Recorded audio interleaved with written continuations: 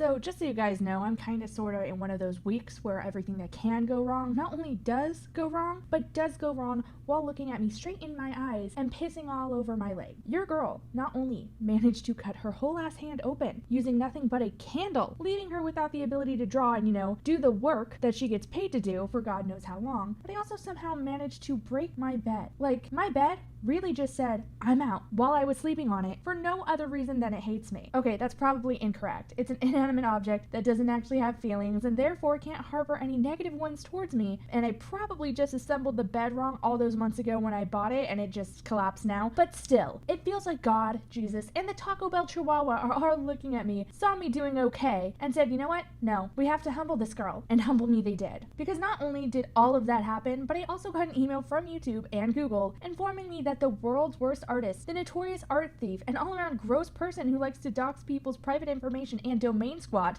a literal crime, Blue Potion Co., is back and trying to take down videos that I and several other YouTubers have made on her and her actions.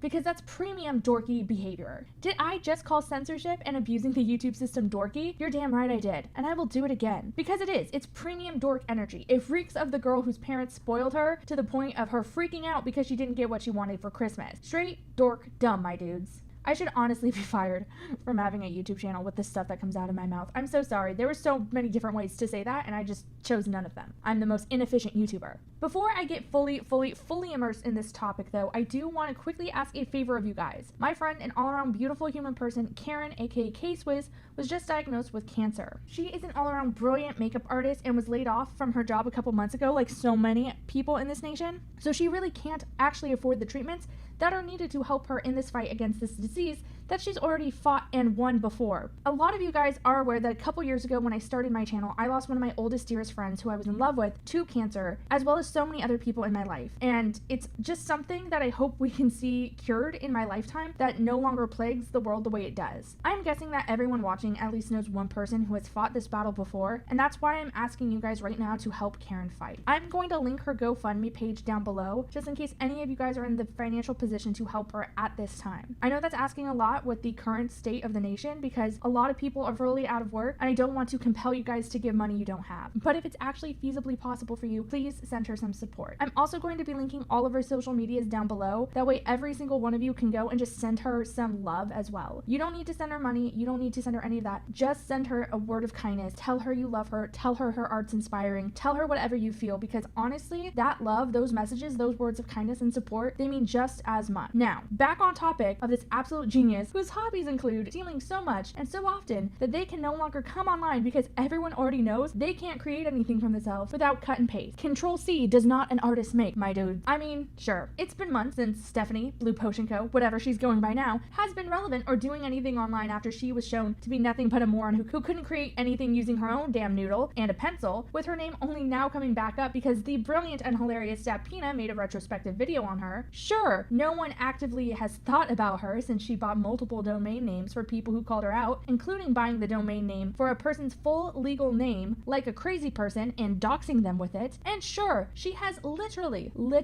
made it absolutely impossible for herself to set foot in any convention center ever because over 500,000 people know that she sells traced wares. But here she is, months later, trying to make sure that all the commentary and critique of her actions are swept off the internet so she can successfully come back and steal from other artists and people who are actively and actually creative and don't spend their time online lying, like a fun little hobby. Here's the email I received. Dear CreepShow Art, that's me, that's my name. This is to notify you that we have received a privacy complaint from an individual regarding your content. The information reported as violating privacy is at the 0.00 timestamp. We would like to give you an opportunity to remove or edit private information with the content reported. After 48 hours of this notice, we will review the complaint for potential violations of our privacy guidelines and consider restricting the content.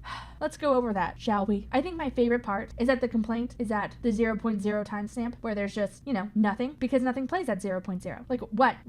There's nothing there, girl. Unless you're saying the color black is a violation of your privacy because you live in the ether, there is nothing there for you. I cannot help you, Stephanie. What am I supposed to remove? That's peak bonkers. Now, let me be clear. The video, the one I'm making right here, right now, the one that you're watching, yeah, I'm making this because I'm super petty. If someone tells me to be quiet, I get 100 times louder and 100 times more deliberately louder. I don't follow directions well, and I never will. well. So when someone who does things like actively steal from other artists start massive hate campaigns towards the original artist that they're stealing from, and then put out an apology that pretty much says, yes, I did steal, oopsie poopsie, but I didn't mean to, so like all of you are at fault, and that person turns around and tells me to never speak of them again and tells me to shut my mouth, you know I'm pretty much going to do the opposite of that. So here we go, Steph. Here's the attention you ordered because I am the one. For those of you who don't know who Blue Potion Co. is, don't know the whole saga, Steph Hodges is an artist who got her big break going to conventions and selling her wares. She made cute little chibi art of popular franchises and would often be found selling pins, binders, backpacks, and more on convention floors. And because she would take established IPs and make the characters super duper cute, she would make a good amount of money with her booths. By the way, just so you guys are aware, if you are a small artist going to conventions and selling fan art of established works, that's a really great way to make money. However, you should only really start investing into doing that when you have a solid style down that you can market. I have been asked by countless people about conventions and if going to conventions is worth it as a small artist, and it's a mixed bag. You really need to be able to project how much you are going to need to invest into the con and plan the pricing of your work so you are able to make all your money back and make more than that. But if you have a solid art style and a good amount of interest into your art style online, even if it's just 100 plus people liking it and sharing your work, you should be good to go. A good way to evaluate that is if people are interested in your art on multiple different platforms. Like if you can get 100 plus likes no matter where you post your art on Twitter, on Instagram, what have you, that means that people who aren't your close personal friends also enjoy what you do. And if they are interested in the already established IP, will probably want to purchase from you. So thanks for coming to my TED Talk about conventions and how to sell. You're welcome, and I'm an idiot. Now back into the bonkers. Steph would go to these conventions, and because all of her art, well, okay, let's put like her art in quotes, shall we? Because all of her art was cute and based on already established brands, people would purchase from her without thinking about it. And because she was selling under the con umbrella, the basic assumption was that she was legit. Too legit to quit. No one who bought from her thought twice or even once about the ethical nature of buying from her, because no self-respecting con would allow an art thief, an established art thief, in their midst, right? There's gotta be some vetting for that. Wrong. So wrong. There's absolutely nothing. And also, when everything went down last year, multiple cons were contacted and their basic response to Siren and I was like, oh, she steals her work? There's proof that she steals her work? There's so much evidence that it's bonkers that she steals her work? Well, she paid to have a table, so I guess that sucks. Because we're not gonna tell her to leave. Eat a fart. What are you talking about? I know that cons stand for conventions, but also like, what a con, am I right? However, even though the internet brought Steph the art to steal, it ended up being her downfall. The issues really began for her when her fans started posting their merch, her art, and people started noticing that it looked exactly like other popular artists' work and started tagging those other artists. I mean, it really was a foolproof plan of hers, going out and blatantly stealing with no regard for the fact that the World Wide Web isn't just a one-way street. Like, she really thought she could see other people's work and no one would ever find hers. No one would ever see what she's doing over here. It's a two-way mirror, don't worry about it. A genius, she is not. It also occurred to the smooth-brained little lass that we're talking about that if she wanted to make a living being an entire ass thief, it would be more beneficial to her to,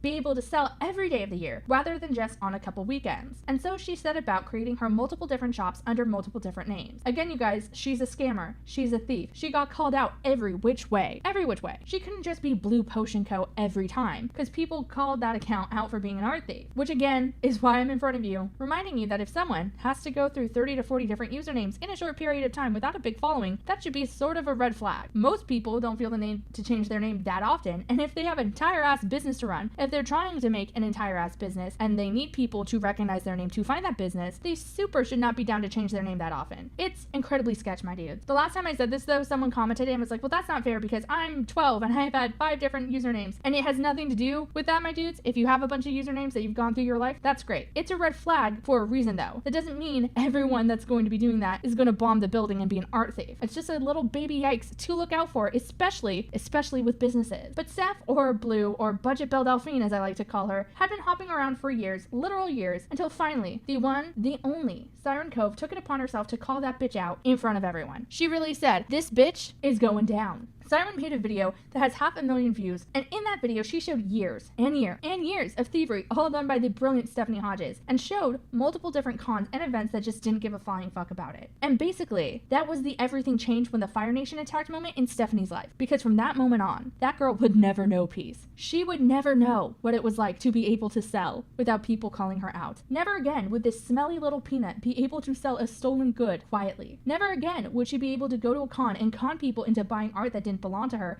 because everyone would post about it. Never again could she make a Kickstarter for her garbage because she was banned from the site, and never again could she sell licensed goods because Siren had people literally notify Nintendo of what Stephanie was doing, not only about the stealing, but also making money off their licensed property, which is not really legal, and Nintendo threatened to sue her. Also, just before we continue on, it's a whole thing, but basically just know that selling fan art, as much as it's fun and fresh and most companies don't care, it's not technically legal in any way, shape, or form. It's a whole thing. I'm gonna link a video on it down below because I'm genuinely not capable of putting legalese into words, but if you want an intelligent commentary, you didn't come here for that. Did you really? Did you think me? No, you didn't. That was never gonna happen. Because of that wave of criticism and, the repercussions of her stealing from smaller artists for years and using their work to fraudulently make money, Stephanie could no longer sell her art online. She could no longer pass off other people's work as her own because literally, every post, every promotion, everything she made was flooded with people calling her out. She even had her own dedicated subreddit where people would find her new names, her new stores, and her products and flag them so she couldn't sell them. So, what did she do? What do you do after you're called out so sufficiently that you can't do what you have been doing for years at this point? Well, because she's a smooth brain genius, she tried to harass all the people who were calling her out and really hyper-focused her fixation onto Siren, whose only fault was thinking that stealing is a crime, which it is. So her only fault isn't even a fault. She started to domain squat not only Siren, but other beautiful people who she had stolen from, and went as far as to dox another artist. So,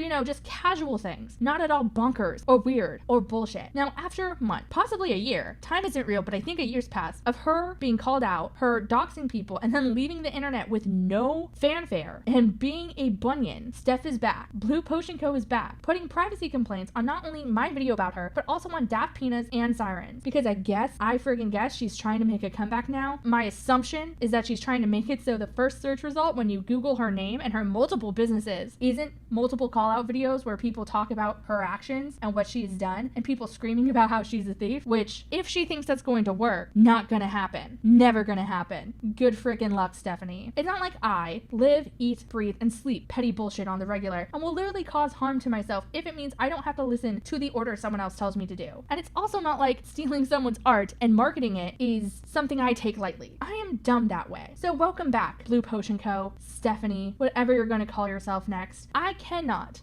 wait to see what you do, because no matter what, I'm gonna be right here, making sure that everyone and their mother's dog knows that you are a thief, and supporting artists who actually make their own shit, because that's what we love to see. But with that said, with my rant over, what do you guys think? Are you excited that the world's worst tracer is back? Are you excited for the next chapter in this ever-loving saga? Do you think my video will actually get taken down by YouTube? What did you have for breakfast today? Let me know all of that and more in the comments down below. Also, I hit 298,000 subscribers today, and basically I don't know what to do anymore because all of this is still really odd to me, but I hope you guys know that I appreciate it. That's a huge number, and behind every one of those numbers is a person. So hello, I'm very uncomfortable, but I hope you're having a great day. With that being said, please go and support Karen, aka Swizz, and with that, I'm out of here. Later.